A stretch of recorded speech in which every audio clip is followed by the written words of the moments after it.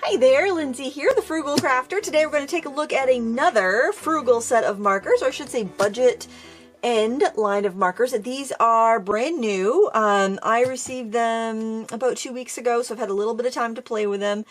And they just hit Amazon. They were sent to me for free, so I want to let you know the company asked me if I would be willing to review these or try them out, see what I thought. And I am a sucker for a new line of markers. And plus, you guys always ask me about new lines that appear on Amazon if I've tried them. I haven't tried them all, but when something new and cheap pops up, or relatively cheap, you guys tend to ask what I think of them. And so when the owner of Arrtx asked if I would like to try this, or the distributor, I don't know if they're the owner, they also distribute the Paul Rubens paints and the Pretty Excellent paints and those products. The seller is Light Wish on Amazon. When they asked me if I wanted to try these out, I said, sure, why not? I really like their old style marker, which we'll compare them to in a minute. So I was curious to see how these were going to compare. So let's take a look at the packaging.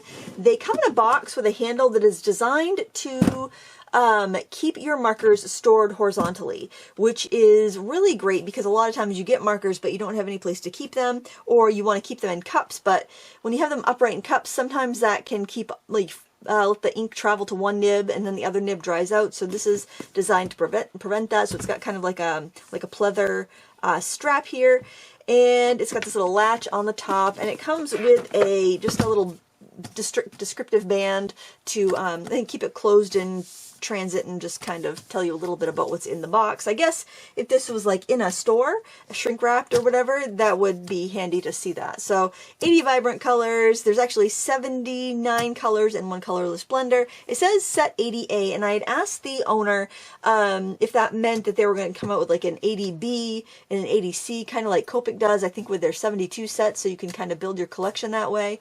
I love it when a company does come out with a starter pack, and then they add these booster packs on so you don't get doubles. I'm going to check my email really quick actually to see if they responded, but as of earlier they haven't. So I don't know if that's the case, but I would assume that that might be the case since there is an A there.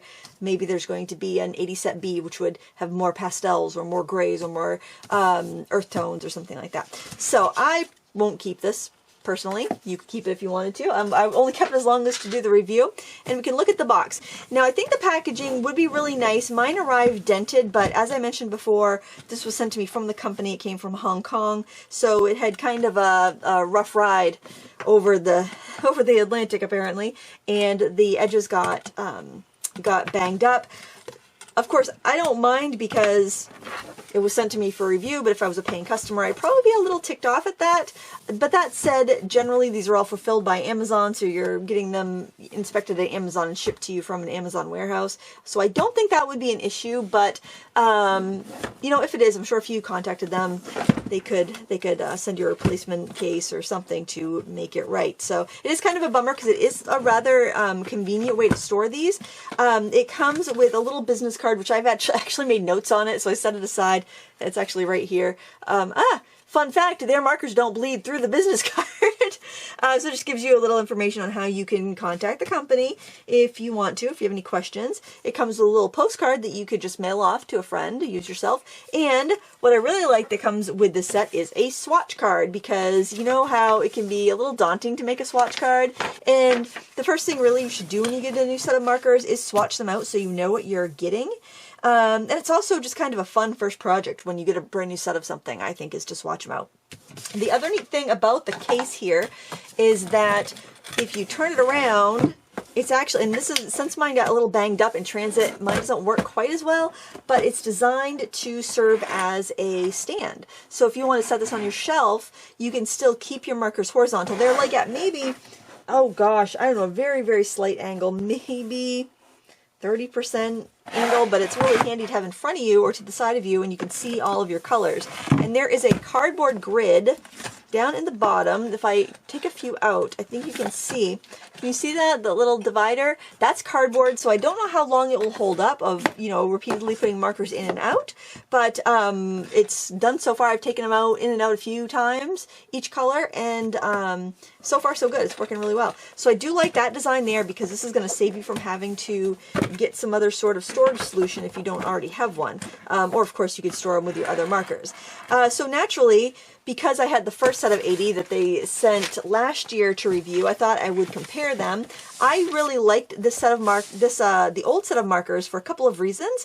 For one, there was really nice large color chips on each end, and the chisel end had a square cap, and the round end the bullet end had a round cap, so it was really easy to find the end that I wanted, and the chips actually were pretty accurate. So when I first looked at the new set of Arrtx markers and I swatched them out, I thought, wow, it looks like there's a really nice range of pastels in here, and there are more pastels in this set than in the other set, but it looked like overall this is a nice pastel set. But then I thought maybe that paper's not quite right, you know, not the same. I'm saying not right, but it's not the same as what I usually color on. So when I did compare this with my, I'm just going to bring this up a little bit. Make sure that I've got enough light here. When I did compare it, I did notice that on my typical paper, the colors showed much darker. I mean, it's not like the end of the world, but if you're coloring something, you definitely want to swatch it on the colors that you typically use so that, like, if you look at 23, well, I don't even know if you could tell that on the camera, but the 23 on the Nina versus the 23 on their swatch, it came out darker on the Nina. The Nina usually shows pretty similar to what your typical marker paper would show. Like if you look at 28, that looks much darker than what that one looks like. So it's just want to caution you, if you do swatch on this, you might want to do 2 coats, 2 layers of ink to get what Nina cardstock and your typical thin marker paper would give you. Otherwise you're going to be off. If you look at the pastels, especially if you're trying to color something like blending a color out to really, really pale, and you're going by let's see, that's 138. If you're going by that as your color reference, it almost looks white, right there. I'm going to tip it to this light right here with this daylight balanced. It's a little bit closer. I'm hoping that can show up good. If you look at the 138 there on my Nina, what I usually use, that looks a couple shades darker. And if I was expecting this for my brightest highlight and I got that almost Pepto-Bismol color, I would be a little bummed out. Like some colors there isn't so much shift, like that light orange isn't so bad, but then you get down to pale baby blue and it's a lot darker on the Nina than on this coated paper. And I'm sure it's like going to be coated for the printing that they did on it, but it's just a little it's a little deceiving when you're trying to get your colors and you're trying to match them up for a project if your swatch is off. So you want a good swatch. So swatch it on your own paper. This is really fun and great that they included it, but you want to make sure you have an accurate swatch. The other thing I wanted to do was see how they blend. And so I just stamped some little squares. I have some swatch stamps that I really enjoy using. I keep a bunch stamped out on marker paper just in a little dish on my table, and then when I'm playing with markers I'll grab them out. I thought the blending was really well.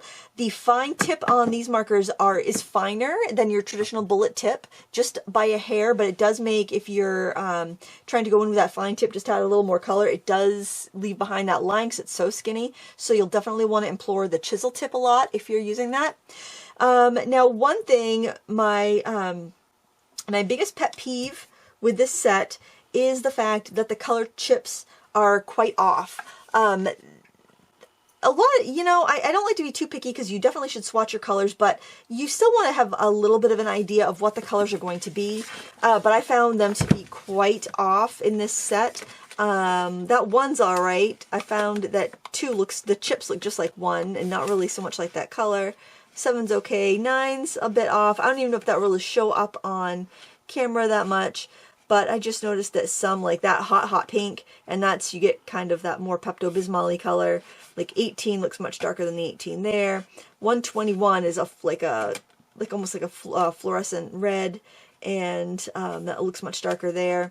So there's just, and like that one, this 122 is a fluorescent orange, and it looks almost like a pumpkin on the color chip, but it's like a fluorescent orange there. And I know that plastic versus, versus what do you call it? The marker, the ink color, isn't going to be exact, but I did find some of these to be quite off. Maybe I'm being a little nitpicky, but like if you look at that 36, that looks way dark, and right there it's like a nice pretty light straw color, and I would use that as a highlight, but if I was looking at that in my marker box, I'd be like, no, that's way too dark. So like 44, I don't know, I found them to not be completely crazy accurate. Like that 48 looks super bright, and that 48's a lovely like leaf green color, but that looks almost like an acid green. Like 49, I guess so, that one's not too bad. But yeah, I found like the pastels, if I look at like 135 looks much darker there than it does there. 138, look how dark 140 looks. It looks almost like a burnt sienna. Actually, can you even see that? I'll get the glare off. It looks almost like a burnt sienna, and there it's like a pale I don't even know what to call it, maybe coral, like a mid-coral. So definitely swatch them out. You're not going to be able to tell, like, on instinct what color is going to be what until you've, like, kind of memorized them a little bit. I don't even know if that stuff's even going to show up on camera, but it's something I definitely noticed when I was coloring. Like, look how dark 183 the marker chip is, and look how light the swatch is. It's very, very different. So I did want to mention that. So then I got wondering, because I had the 80 set, how many colors are duplicated between the two? Because if you got this one last year, because, you know, like, yay, cheap markers, I want some of that. Get me some of that. You might have these, and you might be like, well, should I get those too? They're brand new. They must be different. There are some differences, but there are a lot of similarities. So the first thing I want to share is the big difference, which is the marker body. I'm just going to tip that over and set that back a little bit. Hopefully I won't spill my watercolor water. And let's zoom in a little bit so you can see a little bit more detail here. I would say the quality of the ink is the same. I would say the quality of the nibs are the same, but the nibs are a little bit different. So let's see the marker itself. The new Alps are a little bit longer. They have a pretty scalloped, almost like cloud-like design on the end, and they've got their plastic chips, and I like that the chips go out beyond the end, because then you can see them if they're laying on your table. You can look down and you can see what color you have. Sometimes when the ends are flush or recessed, it's really hard to see. Like I think the spectrum, I think you can see a little bit on the end, so maybe not that one. It seems like I had a marker and it was really hard to see what they were when they were laying on my table because they were flush. But I like that, because if that's tipped like that, I can see that end really well. You definitely have some of the end peeking out here. There's an indication on the body of what end is what. So that is the chisel, and that is the bullet, and there is kind of like a little white gap there, but it's kind of tough to see. Now on the old one you actually have a gray band, which I like, but there's no difficulty in telling what end is what because you have this large square cap. I really, really like that. The numbers are on the old style, the numbers are on the square end, but not on the other end and not on the body.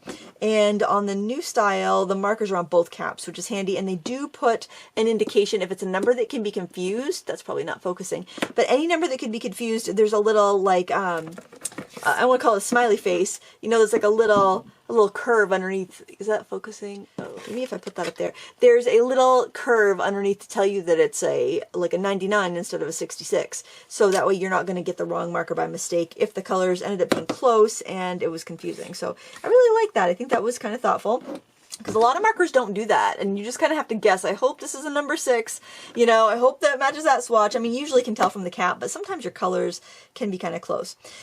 So let's look. We got our chisel, and we've got our bullet here on the old style.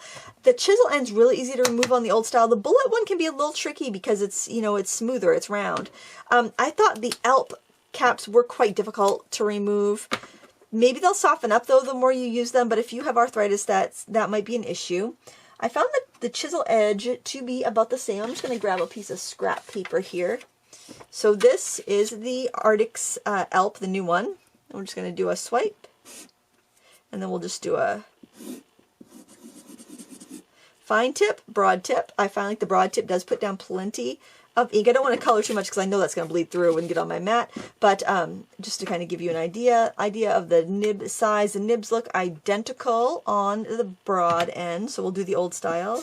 Whoops. There we go.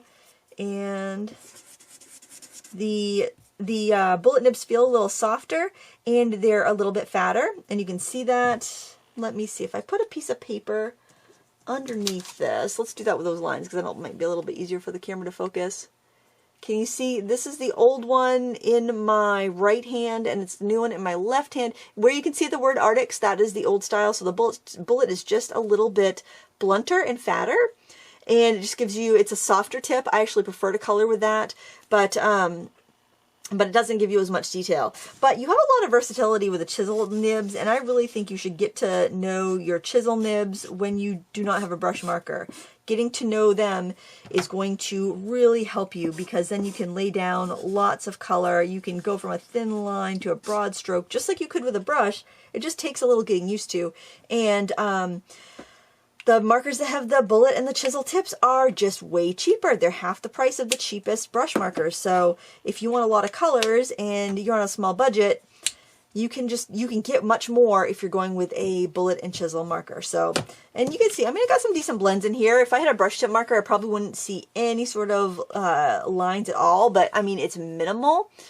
So, yeah, I just wanted to mention that. I just wanted to also mention that the caps do seem to be a little more difficult to remove on this one than on that. They're definitely more difficult to remove than some of the other markers like Bienyo and Ohuhu that are in that same price point when you're looking at the chisel and the bullet varieties. So it's hard not to compare when I'm doing a review because so many markers have come out now in that price point that I want to make sure that you have a good idea of what's out there. I actually compare an Arrtx as well because I got an Arrtx here. Yeah, their caps are much easier to come off. So we can look at the size of the bullet. Oh, their bullet on the Arrtx might be quite similar to the it looks like the Arrtx one's a little bit longer. Well, that's fine.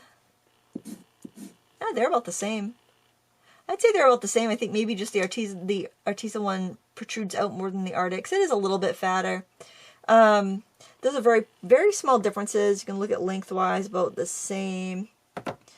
Actually, the Alp might be a little bit longer. But I do find that the caps on the Arrtx Everblend's easier to remove. So that's a big deal. I mean, I just noticed just swatching out colors, just that pulling the caps on and off, I don't have any strength issues. Sometimes my wrist will hurt after like using those weights in the the pool and the exercise classes. Like my wrists will hurt the next day. But other than that, I don't have any like arthritis or anything. So if it's hard for me to uncap them, then I think that if you do have arthritis or something like that, then it could be problematic. And I don't want you to be aggravated every time you pull an art supply out. I want you to be like, woohoo, it's art time. I'm making art. I'm happy. You know, you don't need any aggravation in your art world. All right, so I did a little experiment here. I was looking at my swatch that I did for the original Arrtx markers because it didn't come with a swatch card and I had to make my own. So I used my waffle flower stamps. I'll show you those. I always forget to link them. So I'm just going to pull it out here and just show you. They just have different swatch sets. So if you like to organize your coloring mediums or your paints or whatever, they're really handy.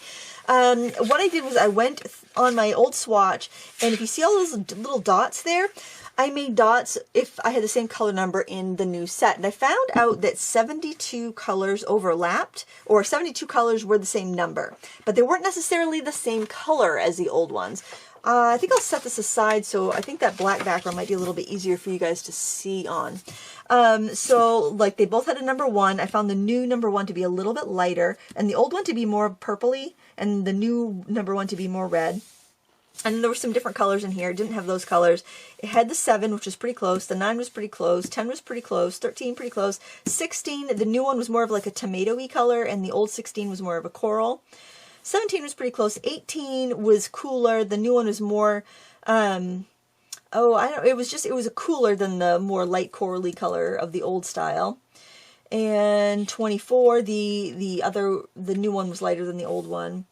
25, the old 25 is a gorgeous, really, really fair skin tone, and the new 25 is a yellow. I mean, the caps don't even, I don't know if the 25 is in here because oh yeah, it is. So salmon pink, and I think they're both called salmon pink.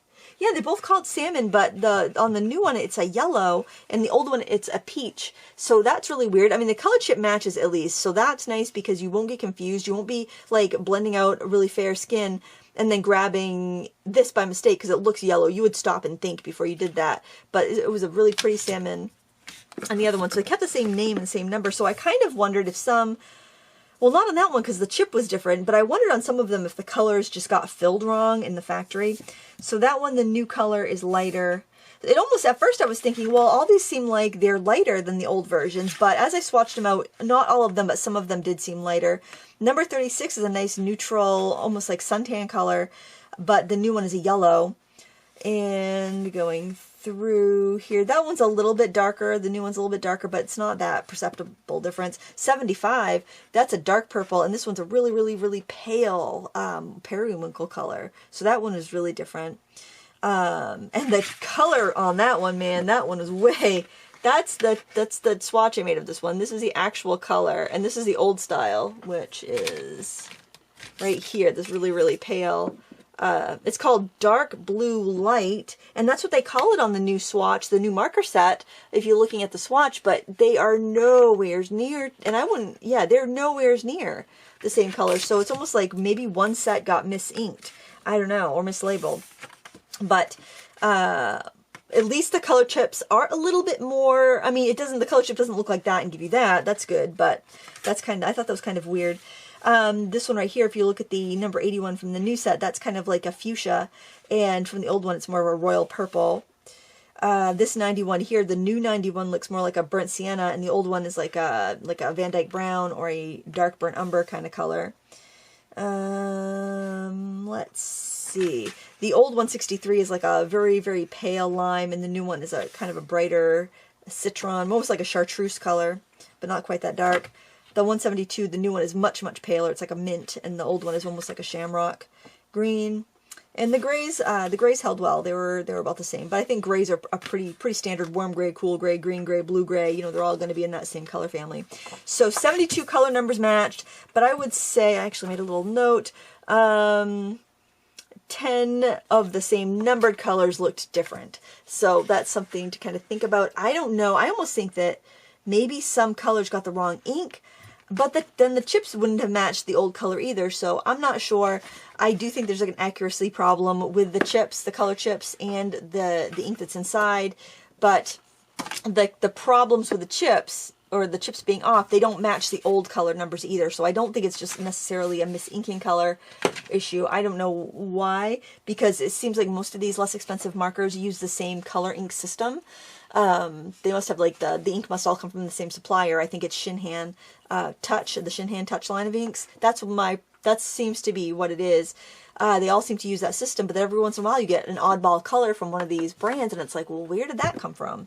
Anyway, just stresses the importance of swatching every set you have, even though it seems like they're using the same number. So I thought it'd be fun to make a little tag. What I'm going to do is stamp out a couple stamps, and I will be right back. I'm going to use that, and I think I'm going to use that little sprig. I think it will be really cute. So why don't I do that off camera, and then we'll color and chat a little bit in a minute.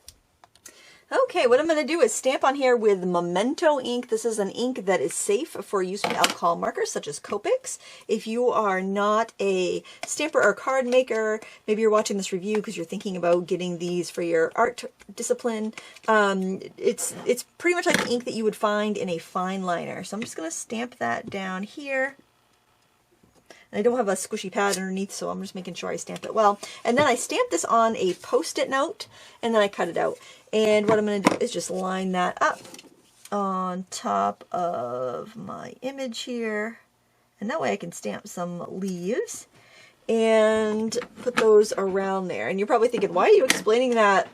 Obviously we know what that is, Lindsay. But I figure, like, with a review like this and these being new markers, there could be folks that are like maybe cartoon artists or doing some other sort of art, graphic designers, something like that, that want to see these markers in action, but they might not be stampers, and they might be like, what the heck is this lady doing here? So I just wanted to do that. I'm going to leave a little space there in case I want to use this as a tag, because, you know, hey, I'm going to spend some time coloring it, so I might as well. And see, then it looks like it's behind there. Fancy schmancy. There you go, Stampin' 101, masking, love it. And then what I do is I store my masks right in the stamp set. This is by Woodware, by the way, in case you're looking for it. I think it's more of a European company. And then you want to let this dry. If you're not sure, if you've given it enough time, you can take a hair dryer or a heat tool like this and just heat set it. And that just makes sure that it's not going to smudge. So you just want to make sure that if you're drawing a picture, if you are using ink, that you're using ink or pen that's going to be compatible and not smudge. So you wouldn't want to draw with like a Sharpie, because that's the same type of ink and it would make your lines feather out. So I got my trusty swatch on the same paper that my tag is. And what I thought would be kind of fun, we'll start with the green, but then I thought it'd be really cute to maybe do like a rainbow effect, and that way we can see how a bunch of the different colors blend. I'm not sure if I'm going to keep this real time or if I'm going to speed it up, but if you're hearing me gab, then obviously I kept it real time. But if you, well, otherwise you wouldn't know, we'd be looking at this in fast time. So for my light color, I'm going to pick 48. I'm going to pick 3 colors for the leaves. I'm going to do a light, medium, and dark. We're going to do an easy blend first. So I got 48 for my light. I'm going to do 47 for my mid. And, oh, I think I'll actually do 43 for my dark. 43, 47. Okay, so look at these. This dark looks way darker than it is. This light looks yellow instead of light green, and this looks like acid green. So it's like, you can, if you looked at these color chips, you'd be like, there's no way, Lindsay, they are not going to blend. But they're going to blend fine, because I can tell from my swatch. So swatch your markers.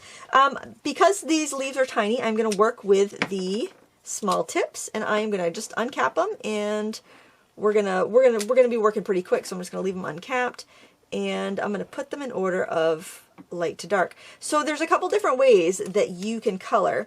The easiest way, it shouldn't be necessary for a small area like this, but the easiest way is to color it all with your lightest color. And I don't go right out to the edge, because sometimes your colors can bleed when you don't want it. Then I'm going to go in my dark color. I'm going to add my shadow where I want it, kind of up the edge and the vein. And then I'm going to go in with my medium color, and I'm going to color right over that dark, not quite up to the edge because I don't want it to bleed out past my line. I'm going to bring it up to the tip, and then I'm going to go back in with my light and blend it. Okay, and you've got a really pretty blend. I'm going to hold it up to the camera. Hopefully it will focus for me. Come on, camera. Oh, good Lord. It does not want to focus. There we go. So you can see that nice blend. Now, you know you're getting enough marker on there if you're using cardstock, if you flip it over and you can see it on the back side. So you're probably thinking, oh no, this is a tag, Lindsay, the back side's going to be so ugly. What you can do is take a fine liner and draw your design, like sketchy design on the back side.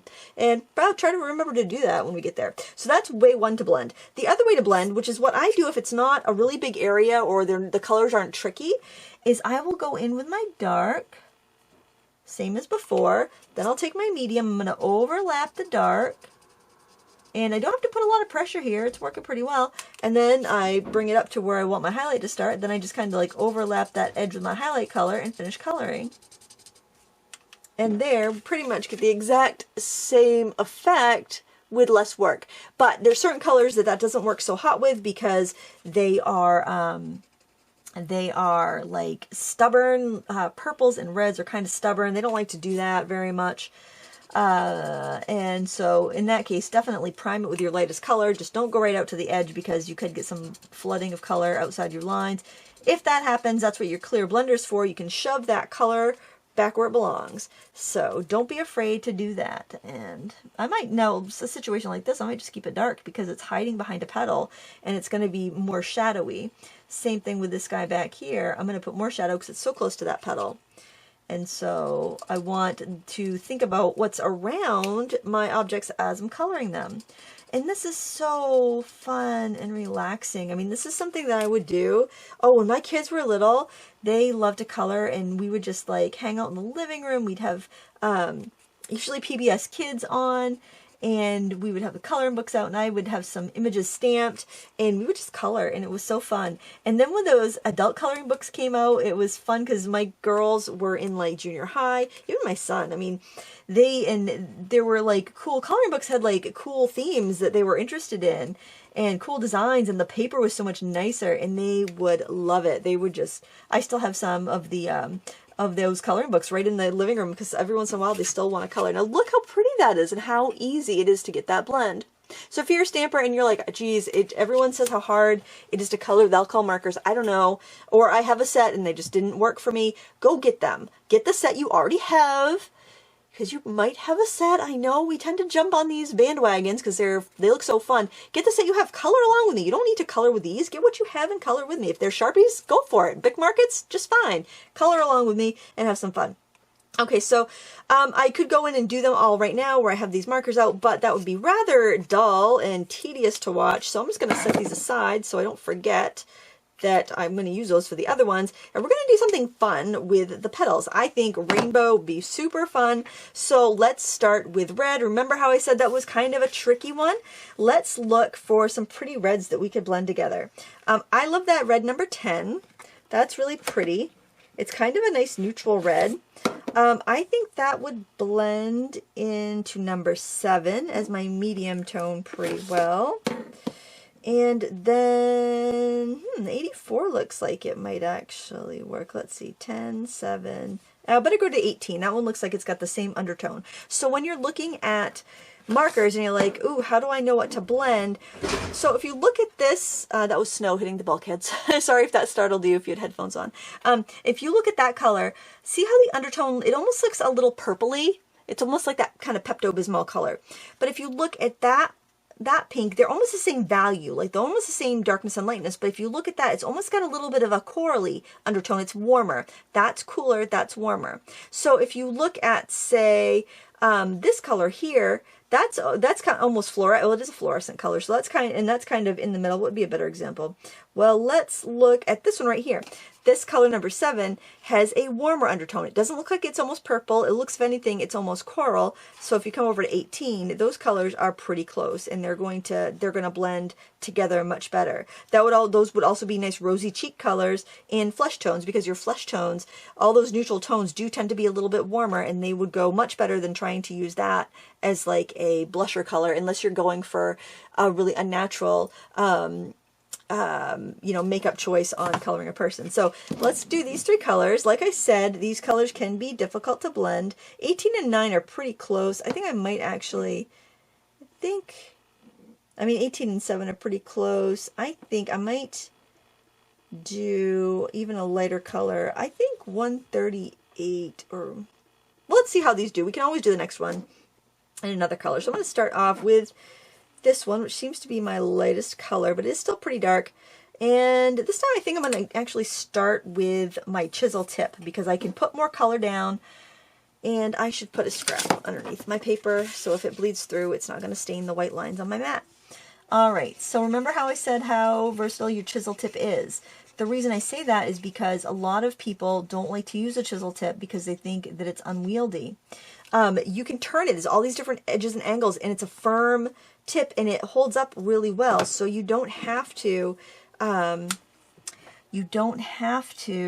worry about losing that edge, because the edges are very strong. So now I'm going in with my darkest color, and I'm going up the edges. I'm going all along this edge that's under this petal next to it. I'm going to go up along these veins.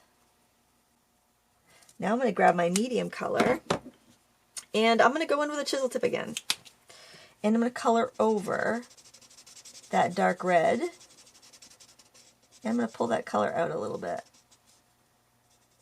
Now when I get to the edges, because I don't want to flood it with too much ink, I'm going to switch to the bullet, and I'm just going to bring that up and around.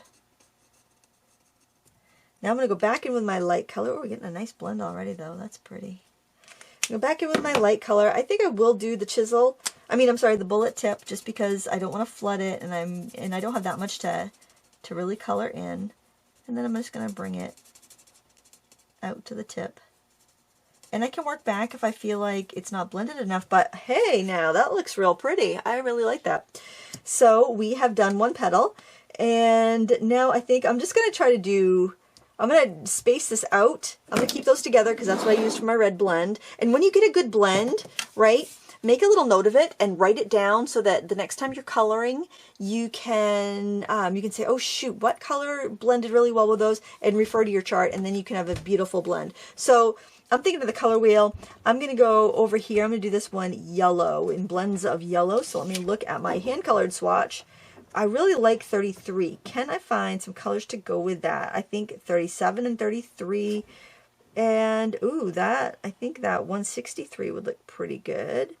So, 163. Now look, I know it looks like acid fluorescent yellow, but it isn't. It's a real pale pastel. 37. That's why we got a swatch. And 33. Let's get those together. I'm going to put them in order from darkest to light, or from lightest to darkest. And it really shouldn't be necessary for me to have to do that blending like we did with the red, because yellows are pretty easy to work with. So I'm going to start off with my bullet tip here. And I'm going to go in with my shadow kind of close to the center the most. I'm actually going to leave my edges a little bit brighter because they're overlapping everything here. So I'm kind of concentrating this dark in the middle. Then I'm going to go in with my medium color, which was 37, and I'm going to use a chisel tip. And I am going to go over those edges. Then I'm going to go in with my pastel and the chisel tip because I want to make sure that I can really get those edges to blend, and I have plenty of room to work. And I can clean it up with my bullet tip.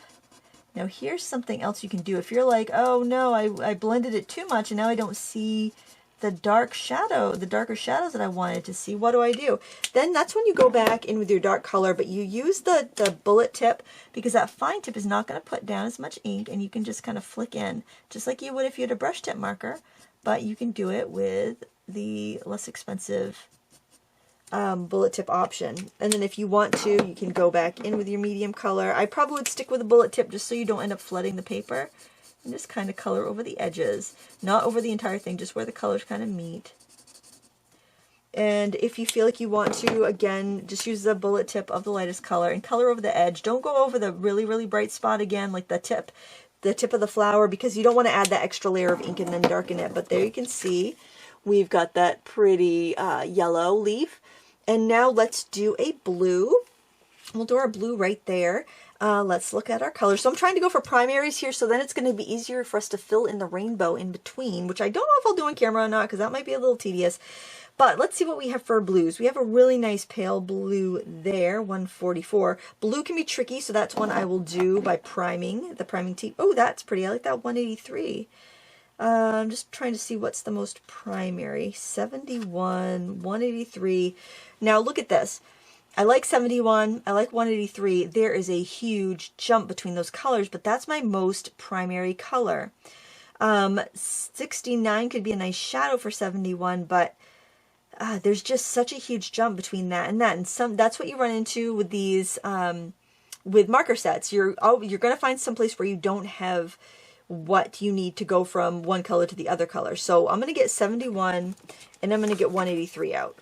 I really don't see anything that's going to fall in between those colors that's going to work. So what I do now in that situation is you can either use like a clear block like you just stamped with, or you can use a ceramic dish. That's what I like to do. I found this at the Dollar Tree and I thought it was so pretty, and I just keep this on my desk for using that. It looks like a fishtail. Isn't that cute? I think it's meant to be like a rain dish. So then what I'll do is I will scribble a bunch of that color onto this dish. Sorry about the glare, guys. So I'm just going to make a little palette, right? Okay, then notice that I'm not using the blender to do any of this blending. I wish they didn't call it a colorless blender. I wish they called it ink eraser, because that's what it does. It just erases your ink. It doesn't really do anything other than that. So I'm going to first prime my petal with this color here. Now I can also, if I wanted to go even lighter, I could scribble that onto the thing as well, and I could use my colorless blender. And I could pick that ink up I don't know if it's going to work that well. It might work all right. And I can bring some of that color out. So I'm basically making a temporary marker that's in that in-between shade, and I can bring that out to a lighter, paler shade if I wanted to. We'll see if I like that after it dries. I'm not sure. Okay. And I don't know. I don't know if I like that. But anyways, there it is. I think I'm going to go back in with a little bit more color. So when we have these colors that don't quite match, we can do a couple things. We can layer up our lighter color a couple times to get that bridging color, or we can do a palette. So what I'm going to do is take my darker color. I'm going to go in with a bullet tip because I want to control that. Make sure we're still in frame. I'm going to go in right around. Look at that. That's a huge difference between those colors. It's going to be tricky. I'm going to pull some of that color up into those veins. Now I'm going to grab my lighter color, and I'm going to see what I can do first if I overlap them.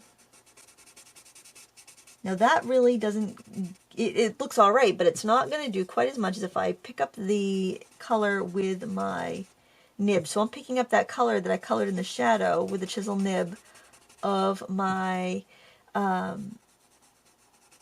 lightest shade, and look at that, it's giving me a beautiful blend. This is called palette blending, this technique. And you can do this with water-based markers too. It's just really handy. And then you are going to end up pushing some of the ink back. It does end up kind of forcing the ink away and erasing. So then you want to go back in with your first color. So it takes a little bit more time to do this when you don't have as many markers, but you definitely can do it. Don't feel like, well, I don't have 80 markers. I can't succeed. I can't play. I can't join the club. I don't have 365 Copics because that's like, you know, several mortgage payments. So I guess I'll never be able to use alcohol markers. That's nonsense. Use what you have and just learn different ways to, you know, to do the thing. And here I can go in with a colorless blender and I can erase some in the real highlights if I want to even bring it brighter. So we've got a pretty decent blend there. I mean, hey, it's not as good as I could do with a brush marker, but I don't think that's too bad. You can see how that really does erase the color for highlights and stuff. So there we have our primary. I'm not in love with that blue blend, but it did the trick. It did the trick. What can, you know, I can't really complain. I can go in with that. You can let it dry too, and then you can go in. It's still wet, but you can go in and add another layer of that medium color, and you can layer up too to help soften that transition between dark and light. But those are two. I mean, if we look, if we swatch here, that's our light, and that's our dark. That is a humongous, like, that's like a value jump of, like, say a value 1 to a value like 8. That's kind of ill-advised, but you can do it. It's ill-advised, but I'm advising you to try it because the more you know, right? Okay, so then I would just fill in with these other colors. Let's see, I could do one of those greens that we did originally. That, you know, that would totally work in there, so let's do that. That'd be kind of fun. Remember, with greens, we really don't need to do as much as we do with, like, purples and blues and all that jazz. So I can go in and I can throw in my shadow color with the fine tip. I can go in with the medium color, and I think I'll use my chisel because it's more like a brush. It puts down more ink. So don't think of like, oh, that's a big broad tip, I can't get any detail. Don't think of it as how much detail you can get. Think of it as how much ink you're laying down. And I think that'll help you get over that hump of like, oh no, that's scary, I can't color with that. That's too crazy.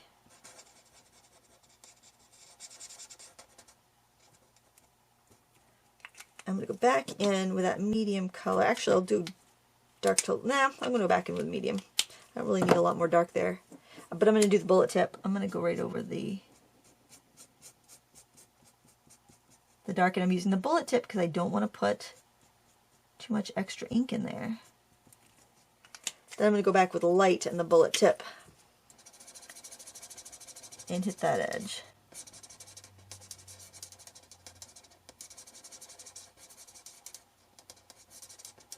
And maybe I'll do a little bit more shading with the dark, just a little bit on the, just right under the, that's all right, I like that, that's pretty. Okay, and then I could do more of a yellowy green in there, like maybe, let's see, maybe 172. That's just a different looking green, and 59. We could do those two colors. And maybe, actually, that one's a little bit more blue. I could, oh, we got some pretty teals in there. Oh, I don't know what to do. There's so many choices. Let's do 48. That's nice and bright. That's a nice yellowy. And 163. I have that. I had that one out for this one. That would be it. That would be the highlight. 48, 163. I feel like I need one more. Well, let's just do those two. That's not that much space. So I'm going to go in and I'm going to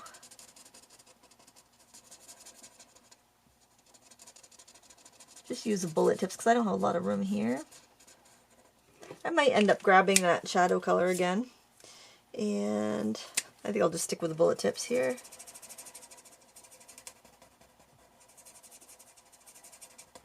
So it's the same highlight color as that one, but because I'm pulling it into that green, it just cools it down. I think I will add a little bit of a shadow. I think I'll use 47, which is the mid-tone of this guy. This is a real fun coloring exercise and blending exercise. I really recommend you try something like this. If you've got a flower stamp or just like freehand draw a flower and have fun with it. It's a lot of fun.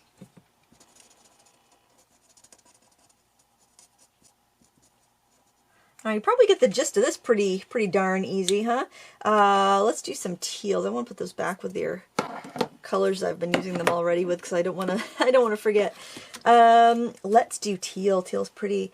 Let's do 58, 57, and 53. So 58. I know I've got all my color. I've got all these colors out. It's a little confusing because I usually don't use this many. So 58 is my light, but heck, look at how dark that looks, and look at my swatch. It's so deceiving. You know what? Maybe I'll use 172 as my highlight. Use 58 as my midtone. Use 57 as my shadow. That will be pretty. And I cannot trust these. I cannot trust the caps at all because 57 is the darkest and it doesn't look that way. I am going to prime it just because sometimes teal can be a little tricky. And I'm going to try to push that green that's kind of meandering into this area back by shoving the chisel tip up to the edge. Kind of like I would with a clear blender. What's my dark one? 57 is my darkest, so I've got my lightest. I'm going to go with my darkest color. That's pretty. This exercise is such a fun way to learn your markers, learn about your markers. And then we'll do the chisel tip here. I mean the bullet tip because we don't have that much room. Hit the edges and go back in with that real light one. This is real fun, isn't it? Anybody still watching? Probably not. I'm probably just having fun here by myself. That's okay too. And we'll go back in with our dark, which apparently is 57. Don't trust the gaps. Wasn't it? I think it was. Hope so, because that's what I'm using. Coloring takes a long time. I always forget how long it takes until I'm like watching back footage and it's like, oh, Lindsay, you've just created the most unpopular video on YouTube. Congratulations. Hey, you just spent 12 hours coloring. Let's see. Maybe I'd like to have another like greenish, yellowish green blue in there. I'm trying to think what I could use. Oh, I could use 42. That one, oh, I already know I used 43. What if I used 42 and then 43? We'll try it. We're just going to do a real quick way. This is such a small little area. This should be darker. Yeah, this is darker than the 43. So I'm just going to get the edges. Give us a little contrast. This poor petal is going to look like dead, I think, because the colors are so muted. But it's gonna work.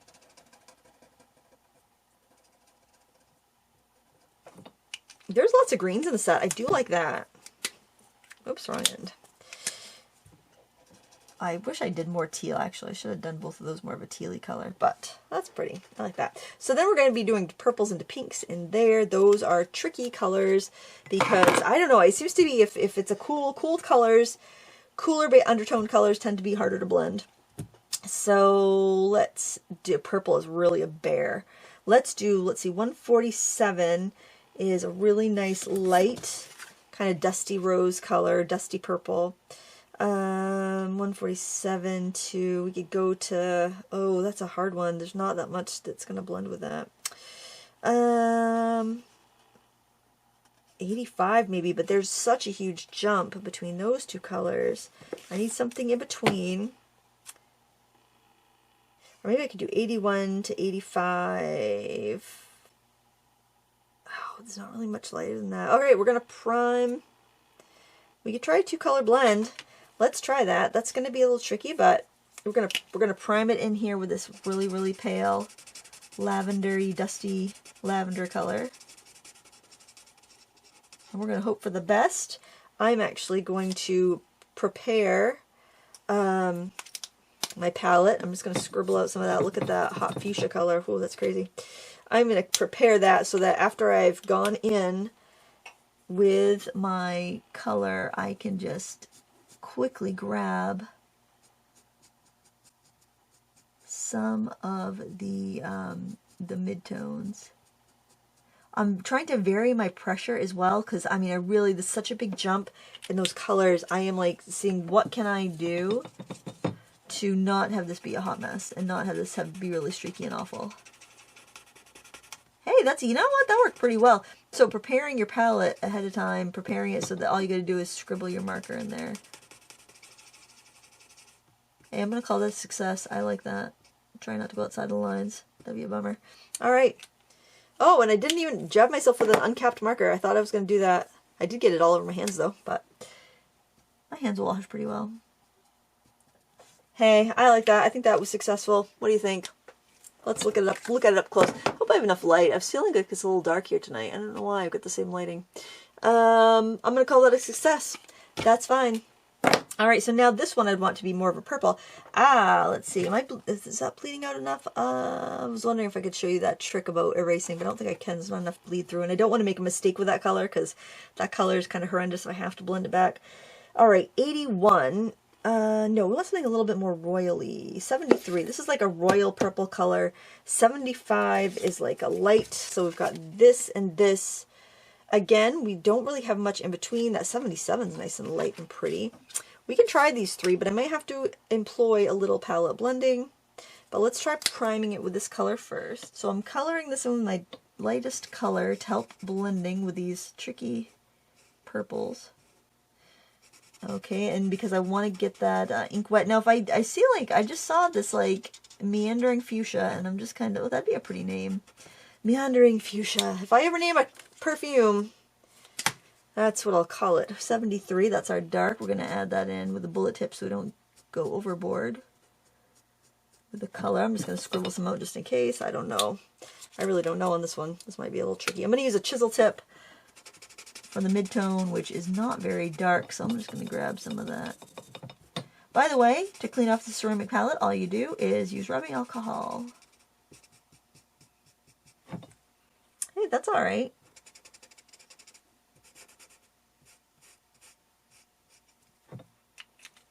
And then I'm going to go in with that lighter color with the chisel tip so I can clean up the edge. I didn't dare getting too close with it to the edge with the... I'm using the bullet tip now. I didn't dare get too close to it with the chisel tip in case I went out of the lines. Purple is such a hard one to erase if you have to erase purple and red. And I'm just kind of doing the cycle again because I wanted a little more dark, a little more contrast. All right, hey, that's all right. That does not trouble me at all. Now, if I have just like a little petal, I might just go ahead and just do it dark. Like maybe actually I could use this color here because this is like a denim color. I could just fill that in there. I think that would be fine. Oh, I hope my head wasn't getting in the way the whole time. That's just dandy. Oh, there's another real pretty color. 67, 63. Those two colors would be really pretty together. For those of you that don't have this identical set, this is probably quite a useless video. I do apologize. I think those colors might blend well enough dark to light. Now, technically, I wouldn't have such a tealy color on this side, but I was really bummed that I didn't have more tealy colors in there, so we're going to pretend that petal just blew off the flower and skittered behind there so that I could have those colors the way I wanted them. Oh, I love it. I love it. This is fun. I don't know what you're all thinking, but I'm enjoying myself immensely. Oh boy, 138. I think that would be nice. We'll use 138 for a pink tone. That's a nice Pepto-Bismol pink. We'll use number 17 and we'll use number 84. Well, hey, we've got a really decent blend here. Blend coloring combo. Wonders never cease. I probably sound like I'm being really hard on these. I don't want you to think that I'm like, you know, teasing these markers. I don't mean to sound that way. I'm having a good time. I think these markers are good. I think they're very similar to the old Arrtx, to Ohuhu, to Arrtx. I think they're all very comparable. So I'm not teasing these markers. I'm just having a good time with you. Hopefully you see. Hopefully that comes across and you'll think, oh my gosh, she's being so mean. Just teasing those markers. That's not my intention. 84. That was, yes, that was my midtone. Okay, I can talk in color at the same time sometimes. I think I need a darker dark though. I don't have enough contrast there. Oh, 125, that fluorescent would actually probably work pretty well. This hot pink, an actual hot pink, not to be confused with some of the colors that look like they're probably hot pink, but they're not. Yeah, let's do that. Let's blend there with the medium color. The medium color actually is pretty close to the highlight. And that's something else you'll notice, that you'll notice some colors really aren't that different from one another once you start blending with them. And, you know, you wouldn't, like on your swatch, it looked like they're all very different because, you know, the way you might have swatched them out there with other colors. So if you had all those pinks together and you swatched them all together, then you might say, wow, those three colors look very much the same. But I swatched them in the order that the swatch that came in the box came, just so I could hold them up next to each other to show you, like, look at that one's pretty off, or look how different that paper looks from this paper. I guess that's what I wanted to show you. I think I'll just do a couple darker colors right here. I'll do that 125 into 17 so that this petal will be like pushed back, so it'll be darker. Hope you're enjoying this video. It's just kind of a casual one, you know, we're just crafting, we're just hanging out. 17, yes, this one's darker, right? Yeah.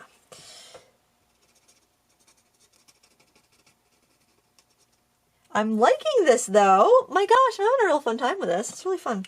Okay, I probably should have been writing down. Well, I guess you can like jot down the color blend combos as we're going if you're curious. I think I want my kind of neutral orange to be in the middle. 22 was a good neutral orange color. 22, let's see, what would be a good highlight for that? So this is 22. I don't feel like there's that much difference between 22 and 23. So I think I'll go 24 because you don't want them so close that you can't even see the blend. And I think I kind of want to go to 33, which I used on the yellow.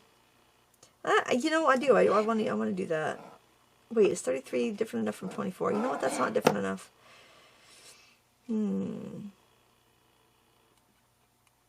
Yeah, I don't feel like 140. I feel like the undertone on that is too different. It's more peachy and less orangey. Oh, I could do that fluorescent, that 122. Let's try that. It's kind of a weird jump, but I think it will work.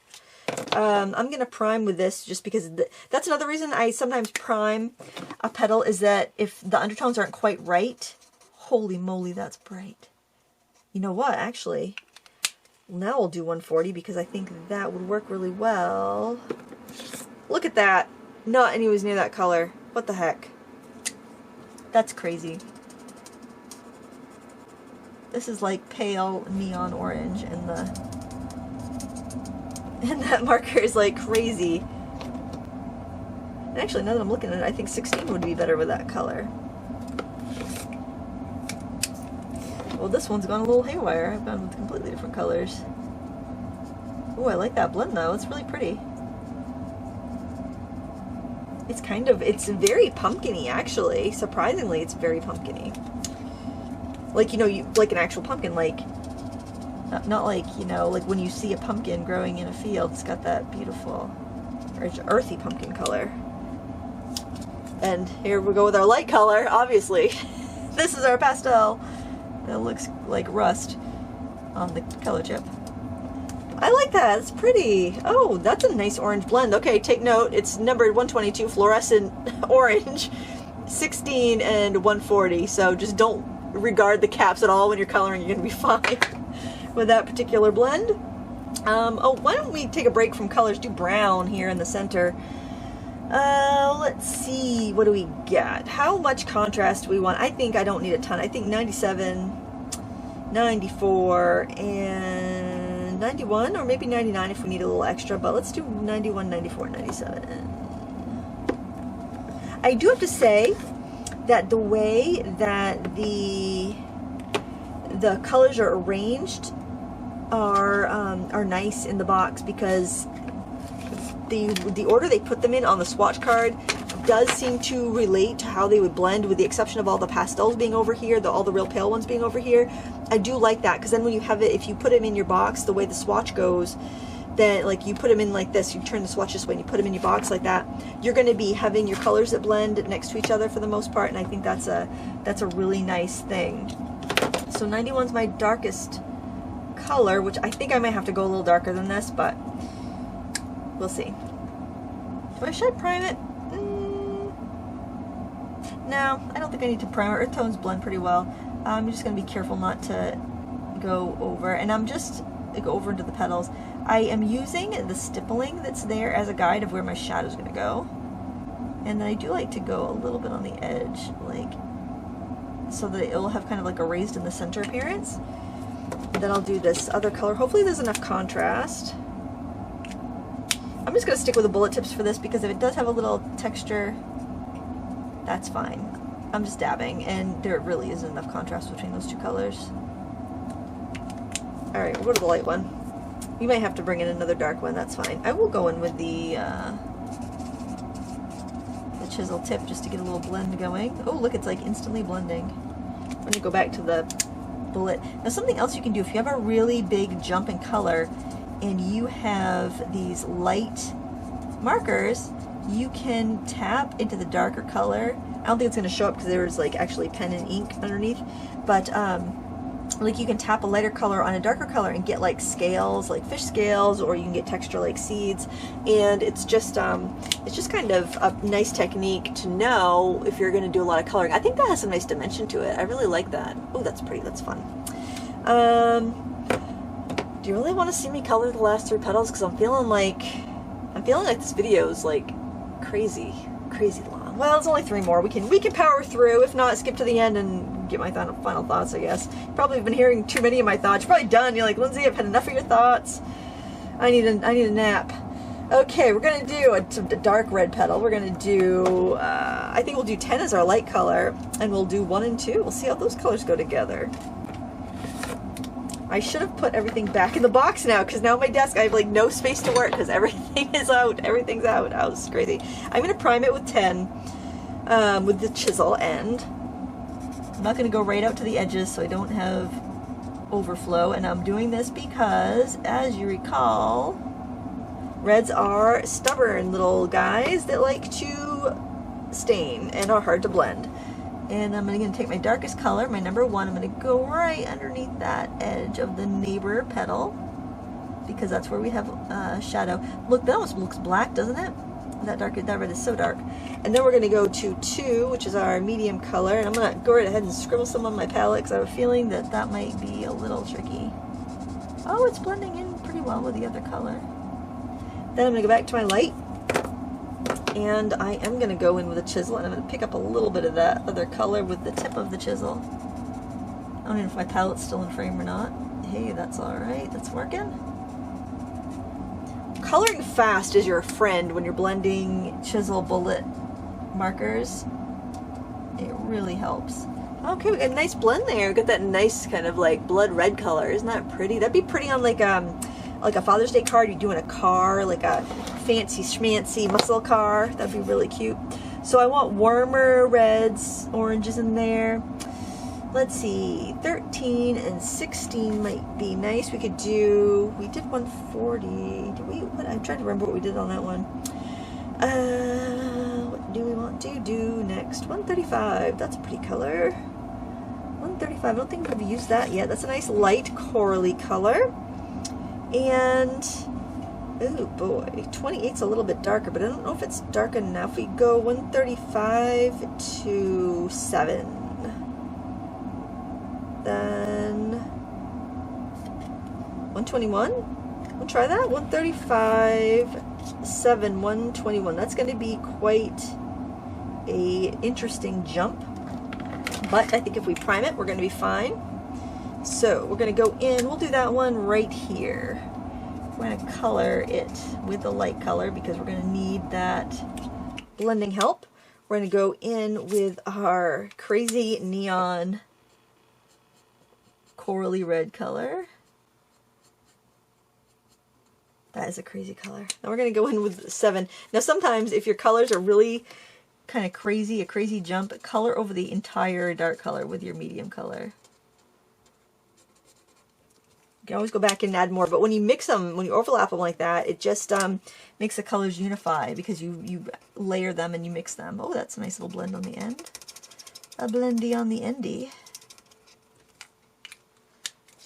Okay, we'll go in with a little bit more of the fluorescent here at the bottom. Just, it's wet, it's small, it's gonna bleed. Got one more to do, guys. Woo, this is exciting. This is the exciting climax of this project. We need kind of like a yellowy orange. So I'm just gonna look in my my bin here and see what I haven't used yet. So 36, I haven't used that kind of straw, light straw yellow. 23, oh, do I have still have 24? I could do 23 to 20, or I could do 36, 33, and 23. Let's do that because I haven't used that. Yeah, that'll work. I'm going to do, because I do have a bit of a jump there, I am going to prime it. Just on the kind of mid to tip area. Then go in with a bullet and my darker, like orangier color here. And then I'm going to go into my mid-tone. Gosh, it feels late. It's only like 6:15. Not that it is when you're watching it, but I found that interesting. Probably didn't say that out loud.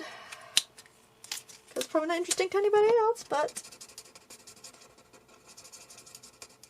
I have like a fear of dead air. I think it's because I used to be a radio announcer, so I want to be talking all the time. Alright, I will give you a break though. I'm going to do these 2 sprigs the same way I did that, and we'll be back for final thoughts, and maybe I'll even clean up here before we do that. See you in a minute.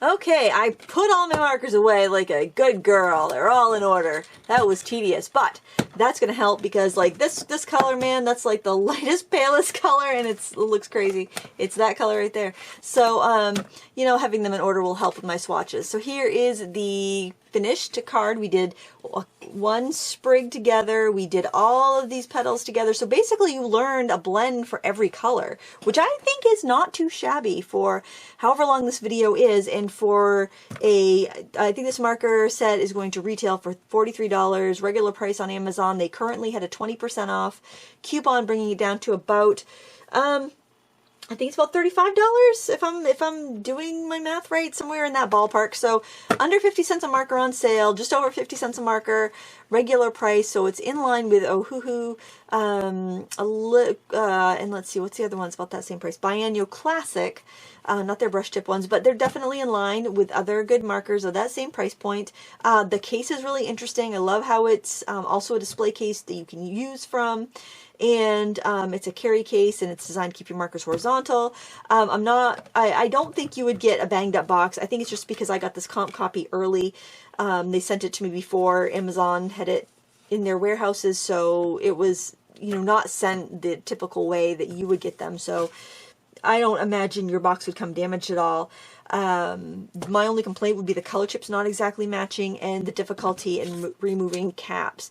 But you know, actually, after, I mean, I've taken the caps on and off every marker, I would say at least 3 times, and they do seem like they're getting a little bit better. So try not, if you do get these and they are difficult, maybe like, I don't know, pay your kids a couple bucks to sit down and keep putting caps on and off. Just make sure they do one marker at a time so they don't like put a green cap on a pink marker or something.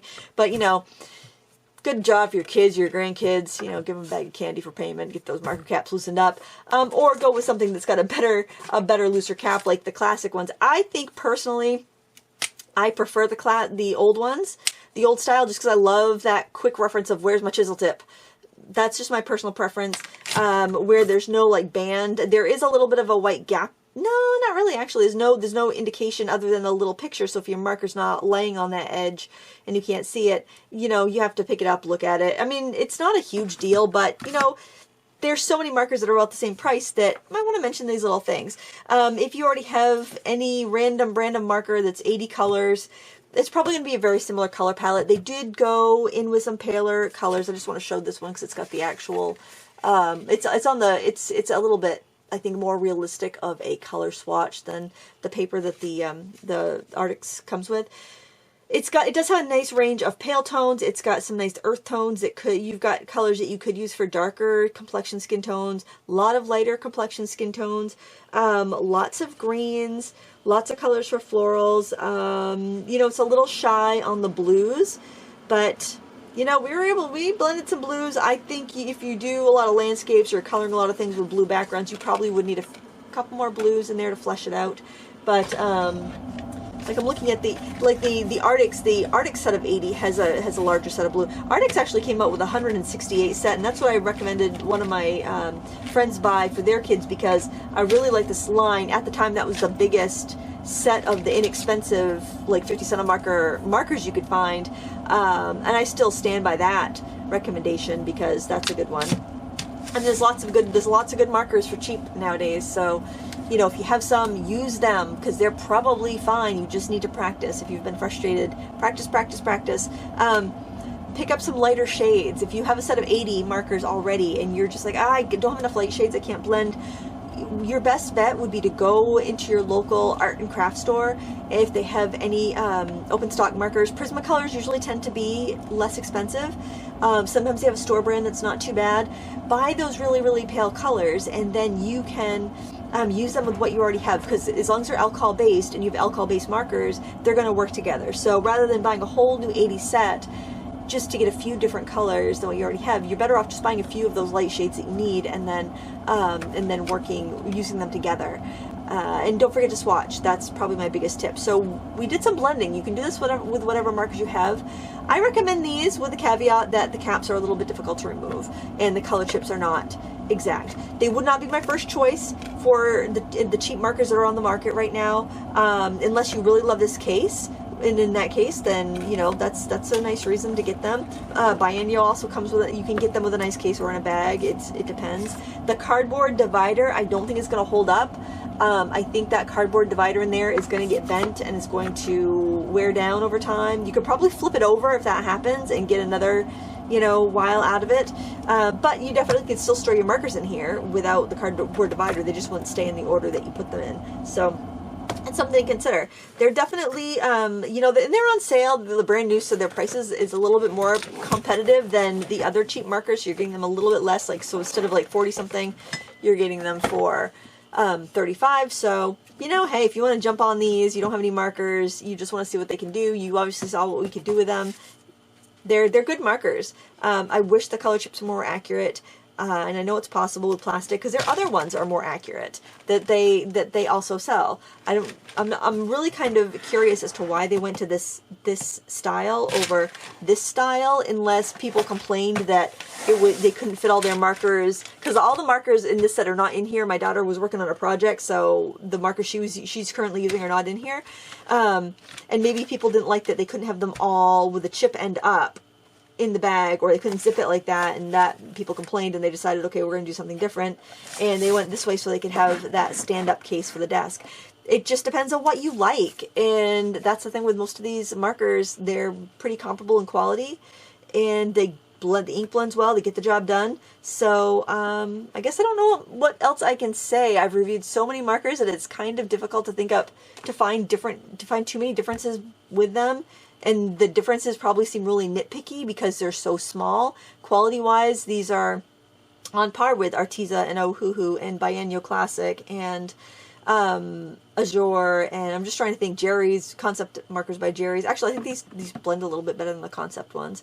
But yeah, nothing wrong with them. Nothing wrong with my final thoughts. Nothing wrong with them. Oh my gosh. I appreciate you spending some of your time with me today and watching this long video. Hope you're not having regrets about that. But maybe you learned something about blending. Maybe you blended along. I do hope so. Thank you so much for watching. And if you enjoyed it, I would appreciate a thumbs up before you go. Thanks for watching. Until next time, happy crafting. Hey, guess what I forgot? Remember I told you that your colors were going to bleed through to the back and I had this nifty idea for you? Well, I just remembered as I was taking these photos for the thumbnail that, oh shoot, I forgot to show you that. So I've got some fine liners here. You actually could use a black, like ultrafine Sharpie for this at this point. So what you want to do is just go on the back and just trace the outlines that you see. And you could actually have this really cute design on the back. And this is really fun because if you do like art journaling or you're in your sketchbook and you don't have the bleed proof paper, like the only paper I know that actually doesn't bleed through in a sketchbook would be like the Render no show through paper, which is really fabulous. It takes a little getting used to, but I really enjoy it. But you could do this on your sketchbook, back of your sketchbook, or you could do this on a gift tag like I'm doing here, and that way I don't have to go in and back this with paper or have the kind of a sloppy looking back of my card. I can just put these kind of sketchy lines on the back. Isn't that fun? I think that's so much fun.